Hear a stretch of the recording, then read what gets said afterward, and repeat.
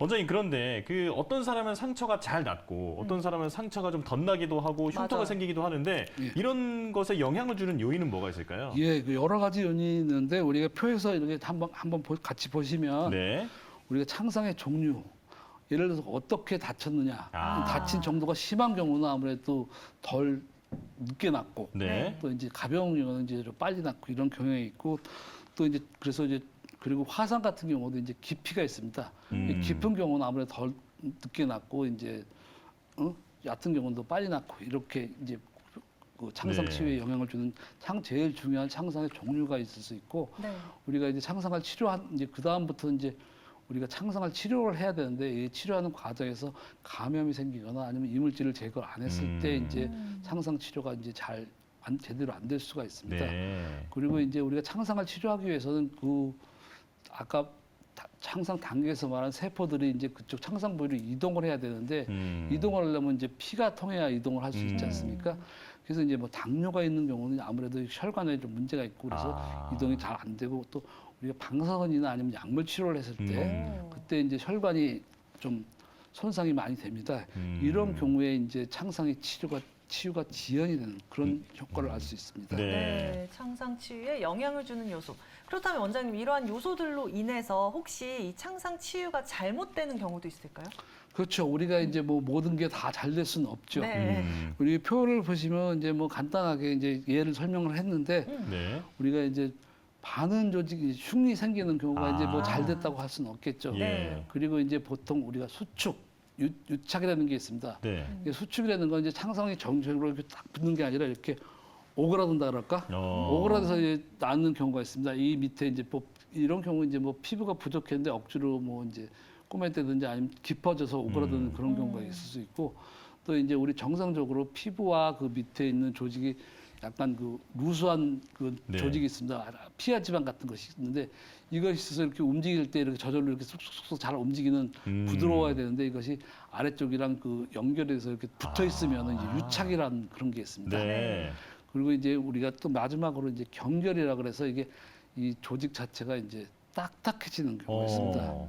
이런 경우도 이제 그 잘못된 창상의 예라고 할 수 있습니다. 네. 이 경결 같은 경우는 이제 콜라겐이 우리가 이제 형성이 되는데 콜라겐이 이제 너무 많이 형성이 됐을 경우도 이 경결이라는 그런 표현을 씁니다.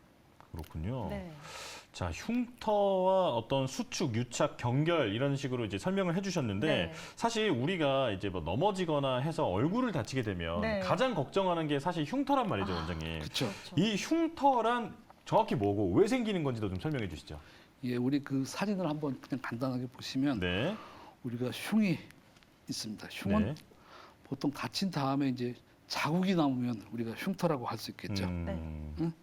의학적으로 보면 이제 정상적으로 이게 우리가 다쳤는데 정상적인 조직으로 아까 말씀드린 재생으로 해서 정상적인 거랑 똑같이 이렇게 형성이 돼서 이제 치료가 되면은 좋은데 그렇지 않고 이 과정에서 이제 뭐 그 콜라겐이 너무 많이 생성되거나 아니면 덜 생성돼서 유착이 되는 거나 이럴 경우에 이제 흉터가 남는다고 할 수 있습니다. 네.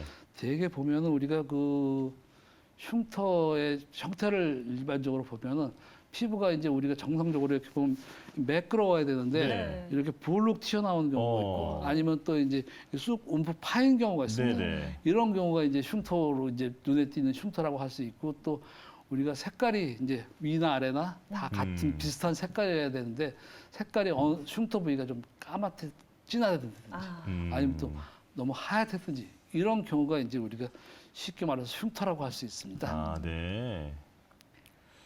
이 다친 후에 자국이 남으면 흉터다. 그리고 이 흉터 역시도 여러 가지 형태, 뭐 볼록 올라올 수도 있고 맞아요. 들어갈 수도 있고. 그럼 보통 우리가 앞서서 원장님께서는 창상의 치유 과정이 좀 잘못된 경우도 있다라고 하셨는데 원장님 이 흉터도 그 과정에서 잘못되거나 혹은 또 뭐 문제가 되는 경우가 있을까요? 예, 우리가 보면 미성숙 흉터라고 있습니다. 네. 우리가 표에서 보시면 이제 두 가지가 나와 있는데 네. 우리가 원래 아까 증식 과정이라는 건 증식 단계에서 세 번째 증식 단계에서 이 증식 단계는 한 2, 3주 안에 끝나는 것이 원칙입니다. 네. 근데 이 기간이 이제 어떤 여러 가지 원인으로 인해서 길어지는 경우 이렇게 길어지면 이제 우리 콜라겐이 너무 많이 합성이 되면 이제 흉이 커지는 경우가 있습니다. 아. 이런 경우가 이제 미성숙 흉터인데 네. 우리가 이제 이런 것이 이제 증식기가 이렇게 길어지는 원인을 갖다가 이제 한번 살펴보면 네. 피부 장력이라고 써 있는데 우리 피부가 이제 너무 땡기면은 그 사이에 그 채워주기 위해서 과도하게 우리 몸이 정상적으로 과도하게 이렇게 콜라겐을 많이 형성되게 돼 있습니다. 이런 경우 이제 그 미성숙수가 되고 우리 왜 어떤 경우 똑같이 다쳤는데 어떤 사람은 좀 흉이 더 지고 어떤 사람은 덜 지고 이런 체질의 차이가 있습니다. 네. 왜 피지가 많은 사람, 지성인 피부인 경우가 이제 아무래도 이제 좀 더 이런 미성숙 흉터가 생길 확률이 높습니다. 예. 그리고 이제 또 치료 과정에서 우리가 염증이 생기는 경우가 있습니다. 음. 이런 경우 이제 또 이제 많이 더 이렇게 미성숙 흉터가 생깁니다. 우리 그 여자도 요새 최근에 남자들 보면 귀를 많이 뚫지 않습니까? 아, 네. 네. 귀를 많이 뚫고 이럴 때 귀를 뚫은 다음에 그 귀 뚫은 구멍 안으로 이렇게 피부가 자라서 이렇게 쑥 들어가야지 이제 방어하는 물질이 되는데 네. 네네. 처음에 이제 막히기 때문에 이제 우리가 귀 뚫으면 우리 그 귀걸이를 갖다가 이제 뭐 몇 주간 계속 맞아요. 차고 맞아요. 있고 있어야 되지 않습니까? 네. 이런 경우에 이제 염증이 생기는 경우가 있습니다. 이게 소독을 제대로 안 하고 염증이 생기는 경우는 과도하게 이제 거기 콜라겐이 생겨서 아마 그런 환자분이나 아니면 그걸 갖다 주변에서 본 적도 있습니다. 귀 뚫은 자리가 엄청 튀어나와 있는 경우 오. 그런 경우 많이 볼 수 있습니다. 네네. 성형외과에서는 그런 환자들이 많이 옵니다. 네, 이런 경우 이제 염증이 우리가 이제 보통 일상생활할 때 뭐 귀 안 뚫은 사람 없듯이 귀를 뚫었을 때 우리가 염증이 안 생기게 이렇게 하는 그런 역할을 꼭 필수적으로 잘 해줘야지 이제 이런 미성숙증을 예방할 수 있습니다. 네. 다음에 이제 네. 보시면은 이제 우리가 미성숙증들을 갖다 크게 두 가지로 나눌 수 있습니다. 네. 네. 되게 뭐 우리가 켈로이드라는 게 있고 비후성 반응이라는 게 있습니다. 우리가 보통 이제 이것이 구별이 사실은 쉽지 않습니다. 일반인은. 켈로이드나 뭐 아니면 우리가 비후성 반응이라는데 우리가 보통 우리가 흉이 좀 이제 어떻게 본인이 이제 다친 다음에 이제 흉이 많이 튀어나오고 그러면 우리 내 체질도 켈로이드 아니에요? 이렇게 묻는 경우도 많은데 네. 켈로이드랑 비후성 반응인 게 이거는 엄격히 구별이 됩니다. 켈로이드는 이제 상처 난 데에서 흉 덩어리가 그 정상적인 것까지 이렇게 밖으로 나갔을 때 이럴 때 이제 켈로이드라 그러고 네. 이 켈로이드는 좀 다른 데보다는 이제 우리가 그 귓볼 아까 네. 말씀드린 귓볼이나 아니면 가슴 같은데 이 가운데 그리고 어깨 등 이렇게 좀 피지가 많고 좀 피부가 두꺼운데 또 염증이 잘 생기는 경우 네. 이런 경우에 이제 많이 생기고 되게 이제 붉은 빛을 많이 띱니다. 그래서 이런 거를 갖다 우리가 치료할 때 이거는 100% 이렇게 수술로 이렇게 네. 제거할 수 있다 이렇게 말씀을 드릴 수가 없는 게 수술을 할 때 간혹 가다 보면 더 심해지는 경우가 있습니다. 아, 네네. 그래서 이제 임시 방편이라면 이상한 일시적으로 이제 스테로이드 같은 뭐 요법을 사용해서 이제 그 좀 약화시키는 그런 거를 많이 하는 경우가 있고 예. 비후성 반응이라는 거는 이제 상처 절개선 자체만 튀어나온 거기 때문에 이제 흉터 제거 수술로 이렇게 훨씬 가볍게 우리가 제거할 수 있습니다. 네.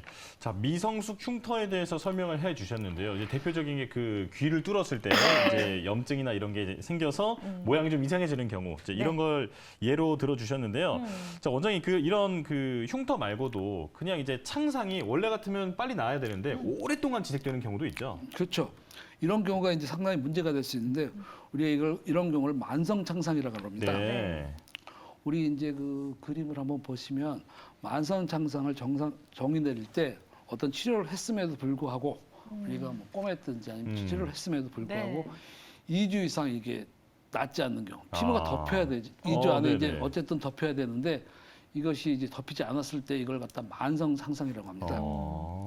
이런 경우는 이제 뭐 물론 아주 심한 화상을 입었을 때는 이제 이렇게 될 수밖에 없지만 이런 경우는 이제 보통 일반적으로 심한 화상 제외하고 일반적으로 이제 정상적인 사람은 이제 2주 안에 다 치유를 어쨌든 병원 치료를 같이 병행했을 때 얘기죠. 네. 2주 안에 되는데 이것이 병원 치료를 했음에도 불구하고 이것이 잘 낫지 않는 경우가 있습니다. 이런 경우 이제 당뇨 환자가 있으면 이제 그쪽 그 상처 부위에 피가 잘 안 통하기 때문에 이런 우리가 암만 치료해도 이제 2주가 넘어서까지 이제 상상이 치유가 안 되는 경우가 있고 방사선 치료 그리고 이제 어떤 질환이 있습니다. 우리 손이나 발바닥에 그 혈관이 막히는 그런 질환이 있습니다. 네. 특수한 질환인데 이런 경우도 이제 그 창상이 이제 났을 때는 쉽게 치료가 되지 않습니다. 예. 그리고 원장님 또 그 이제- 저희가 준비한 질문이 워낙 많은데 예. 예, 설명을 좀 자세하게 해주셔가지고 이제 사례나 이런 거 바로 넘어가서 예, 예, 예. 설명해 주시는 게 좋을 것 같아요. 이제 사진 예, 예. 준비하신 게 있으시잖아요. 네. 그래 보면 이게 이제 창상 사례를 한번 보겠습니다. 네. 그리고 특히 만성 창상사를 보면 첫 번째 보이는 환자입니다. 이 분은 이제 50대 후반 남자로서 이제 당뇨를 앓은 지가 한 2, 30년 됐습니다. 네. 네네. 근데 이제 다친 다음에 이건 다리입니다. 다리 안쪽. 발 안쪽인데 이것이 잘 안 났습니다. 그래갖고서 이제 이런 경우 이제 우리가 보통 이 당뇨로 인해서 이제 그 혈관이 좀 막혀 있는 경우가 있는데 이런 경우 제대로 이제 안 낫는 거군요. 이걸 일단 네. 대퇴부 우회수라고 해갖고 이제 혈관을 하나 새로 연결을 해서 했는데 잘 낫지 않는 그런 경우입니다. 예. 그리고 다음 사진도 이제 뭐 비슷한 사진인데 음. 이분은 당뇨보다 아까 말씀드린 그 폐색성 말초 동맥 질환이 있습니다.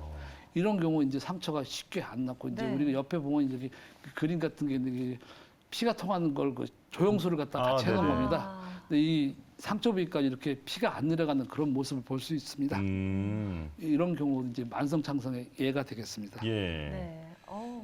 그렇군요. 네. 자, 그리고 또 당뇨에 걸렸을 때의 경우도 그 예시가 있잖아요. 예, 네. 아까 그거는 아까 처음에 보여드린 처음에 사진. 보여주신 예, 그 사진이군요. 네. 예, 자,